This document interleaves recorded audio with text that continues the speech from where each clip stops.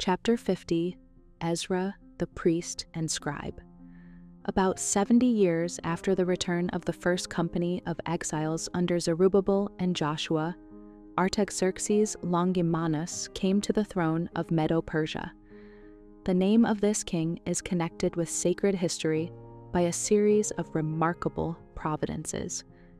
It was during his reign that Ezra and Nehemiah lived and labored. He is the one who in 457 BC issued the third and final decree for the restoration of Jerusalem. His reign saw the return of a company of Jews under Ezra, the completion of the walls of Jerusalem by Nehemiah and his associates, the reorganization of the temple services, and the great religious reformations instituted by Ezra and Nehemiah.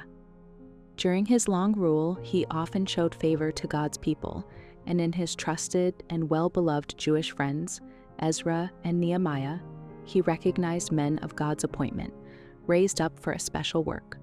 The experience of Ezra while living among the Jews who remained in Babylon was so unusual that it attracted the favorable notice of King Artaxerxes, with whom he talked freely regarding the power of the God of heaven and the divine purpose in restoring the Jews to Jerusalem. Born of the sons of Aaron, Ezra had been given a priestly training, and in addition to this, he had acquired a familiarity with the writings of the magicians, the astrologers, and the wise men of the Medo-Persian realm. But he was not satisfied with his spiritual condition. He longed to be in full harmony with God. He longed for wisdom to carry out the divine will. And so he prepared his heart to seek the law of the Lord and to do it. Ezra 7:10. This led him to apply himself diligently to a study of the history of God's people, as recorded in the writings of prophets and kings. He searched the historical and poetical books of the Bible to learn why the Lord had permitted Jerusalem to be destroyed and his people carried captive into a heathen land. To the experiences of Israel from the time the promise was made to Abraham, Ezra gave special thought. He studied the instruction given at Mount Sinai and through the long period of wilderness wandering. As he learned more and still more concerning God's dealings with his children and comprehended the sacredness of the law given at Sinai, Ezra's heart was stirred. He experienced a new and thorough conversion and determined to master the records of sacred history, that he might use this knowledge to bring blessing and light to his people. Ezra endeavored to gain a heart preparation for the work he believed was before him. He sought God earnestly that he might be a wise teacher in Israel. As he learned to yield mind and will to divine control, there were brought into his life the principles of true sanctification, which, in later years, had a molding influence not only upon the youth who sought his instruction, but upon all others associated with him. God chose Ezra to be an instrument of good to Israel, that he might put honor upon the priesthood, the glory of which had been greatly eclipsed during the captivity. Ezra developed into a man of extraordinary learning and became a ready scribe in the law of Moses. Verse 6. These qualifications made him an eminent man in the Medo-Persian kingdom. Ezra became a mouthpiece for God, educating those about him in the principles that govern heaven. During the remaining years of his life, whether near the court of the king of Medo-Persia or at Jerusalem, his principal work was that of a teacher. As he communicated to others the truths he learned, his capacity for labor increased. He became a man of piety and zeal. He was the Lord's witness to the world of the power of Bible truth to ennoble the daily life. The efforts of Ezra to revive an interest in the study of the Scriptures were given permanency by his painstaking, lifelong work of preserving and multiplying the sacred writings. He gathered all the copies of the law that he could find and had these transcribed and distributed. The pure word, thus multiplied and placed in the hands of many people, gave knowledge that was of inestimable value. Ezra's faith that God would do a mighty work for his people led him to tell Artaxerxes of his desire to return to Jerusalem to revive an interest in the study of God's word and to assist his brethren in restoring the holy city. As Ezra declared his perfect trust in the God of Israel as one abundantly able to protect and care for his people, the king was deeply impressed. He well understood that the Israelites were returning to Jerusalem that they might serve Jehovah. Yet so great was the king's confidence in the integrity of Ezra that he showed him marked favor, granting his request and bestowing on him rich gifts for the temple service.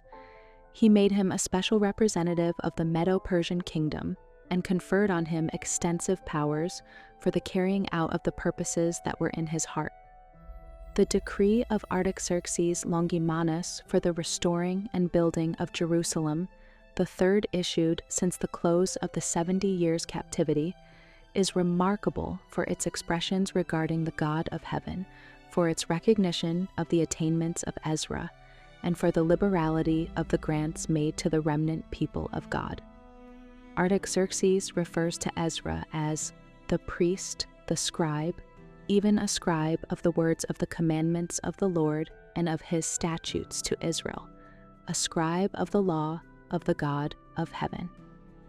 The king united with his counselors in offering freely unto the God of Israel, whose habitation is in Jerusalem.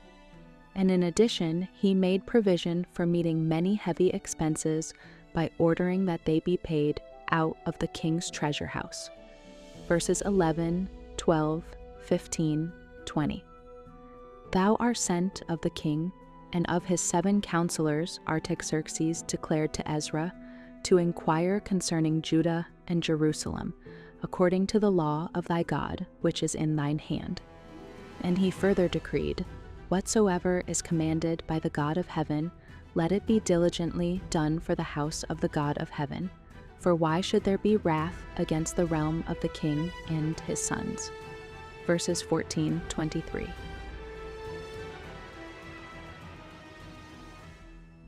In giving permission to the Israelites to return, Artaxerxes arranged for the restoration of the members of the priesthood to their ancient rights and privileges.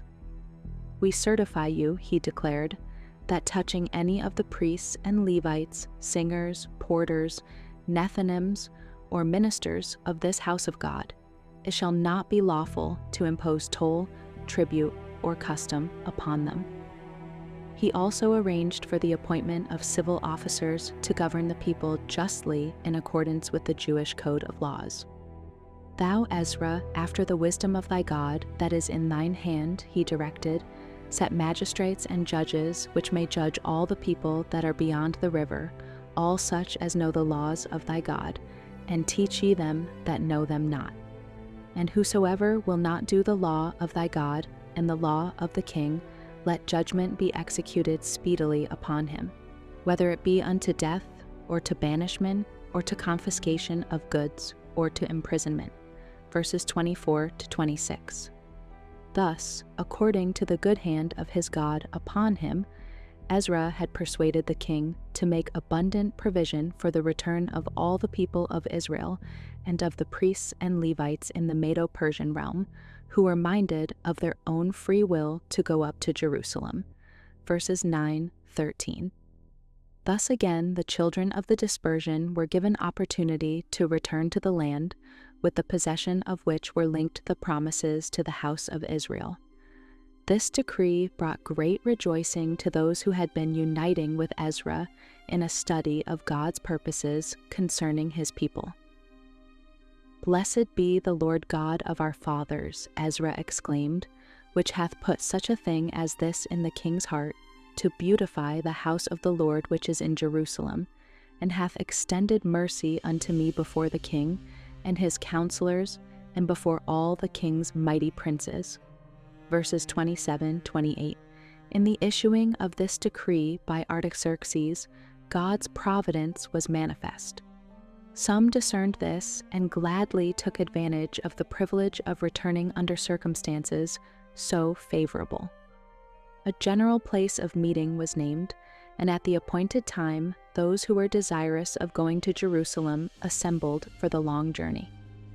I gathered them together to the river that runneth to Ahava, Ezra says, and there abode we in tents 3 days. Ezra 8:15.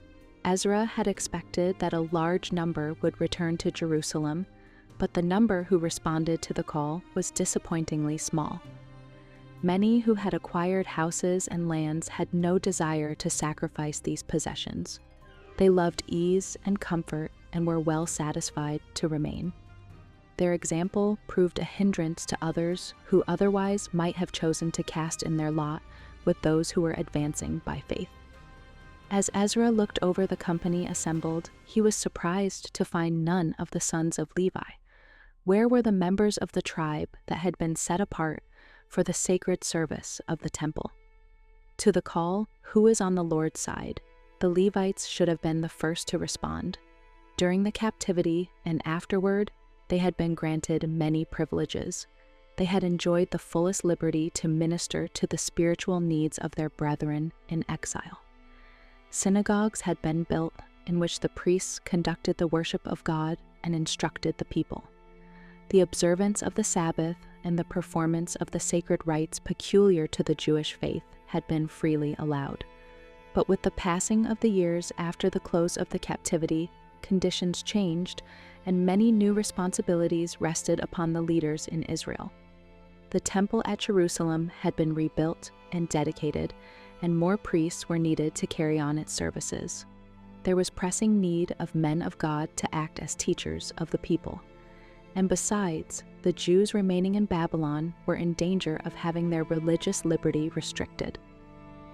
Through the prophet Zechariah, as well as by their recent experience during the troublous times of Esther and Mordecai, the Jews in Medo-Persia had been plainly warned to return to their own land. The time had come when it was perilous for them to dwell longer in the midst of heathen influences. In view of these changed conditions, the priests in Babylon should have been quick to discern in the issuance of the decree a special call to them to return to Jerusalem. The king and his princes had done more than their part in opening the way for the return. They had provided abundant means, but where were the men? The sons of Levi failed at a time when the influence of a decision to accompany their brethren would have led others to follow their example. Their strange indifference is a sad revelation of the attitude of the Israelites in Babylon toward God's purpose for his people. Once more, Ezra appealed to the Levites, sending them an urgent invitation to unite with his company. To emphasize the importance of quick action, he sent with his written plea several of his chief men and men of understanding. Ezra 7:28, 8:16. While the travelers tarried with Ezra, these trusted messengers hastened back with the plea, "Bring unto us ministers for the house of our God." Ezra 8:17. The appeal was heeded. Some who had been halting made final decision to return. In all, about 40 priests and 220 Nethinim, men upon whom Ezra could rely as wise ministers and good teachers and helpers, were brought to the camp. All were now ready to set forth. Before them was a journey that would occupy several months. The men were taking with them their wives and children, and their substance, besides large treasure for the temple and its service. Ezra was aware that enemies lay in wait by the way, ready to plunder and destroy him and his company, yet he had asked from the king no armed force for protection. "I was ashamed," he has explained, "to require of the king a band of soldiers and horsemen to help us against the enemy in the way, because we had spoken unto the king, saying, The hand of our God is upon all them, for good that seek him, but his power and his wrath is against all them that forsake him." Verse 22. In this matter, Ezra and his companions saw an opportunity to magnify the name of God before the heathen. Faith in the power of the living God would be strengthened if the Israelites themselves should now reveal implicit faith in their divine leader. They therefore determined to put their trust wholly in him. They would ask for no guard of soldiers. They would give the heathen no occasion to ascribe to the strength of man the glory that belongs to God alone. They could not afford to arouse in the minds of their heathen friends one doubt as to the sincerity of their dependence on God as his people. Strength would be gained not through wealth, not through the power and influence of idolatrous men, but through the favor of God. Only by keeping the law of the Lord before them and striving to obey it would they be protected. This knowledge of the conditions under which they would continue to enjoy the prospering hand of God lent more than ordinary solemnity to the consecration service that was held by Ezra and his company of faithful souls just before their departure. I proclaimed a fast there, at the river of Ahava. Ezra has declared of this experience that we might afflict ourselves before our God, to seek of him a right way for us and for our little ones and for all our substance. So we fasted and besought our God for this, and he was entreated of us. Verses 21-23. The blessing of God, however, did not make unnecessary the exercise of prudence and forethought. As a special precaution in safeguarding the treasure, Ezra separated 12 of the chief of the priests, men whose faithfulness and fidelity had been proved, and weighed unto them the silver and the gold and the vessels, even the offering of the house of our God, which the king and his counselors and his lords and all Israel there present had offered. These men were solemnly charged to act as vigilant stewards over the treasure entrusted to their care. Ye are holy unto the Lord, Ezra declared. The vessels are holy also, and the silver and the gold are a free will offering unto the Lord God of your fathers. Watch ye and keep them until ye weigh them before the chief of the priests and the Levites, and chief of the fathers of Israel, at Jerusalem, in the chambers of the house of the Lord. Verses 24, 25, 28, 29. The care exercised by Ezra in providing for the transportation and safety of the Lord's treasure teaches a lesson worthy of thoughtful study. Only those whose trustworthiness had been proved were chosen, and they were instructed plainly regarding the responsibility resting on them. In the appointment of faithful officers to act as treasurers of the Lord's goods, Ezra recognized the necessity and value of order and organization in connection with the work of God. During the few days that the Israelites tarried at the river, every provision was completed for the long journey. We departed, Ezra writes, on the 12th day of the first month to go unto Jerusalem, and the hand of our God was upon us, and he delivered us from the hand of the enemy and of such as lay in wait by the way. Verse 31. About 4 months were occupied on the journey. The multitude that accompanied Ezra, several thousand in all, including women and children, necessitating slow progress. But all were preserved in safety. Their enemies were restrained from harming them. Their journey was a prosperous one, and on the first day of the 5th month, in the 7th year of Artaxerxes, they reached Jerusalem.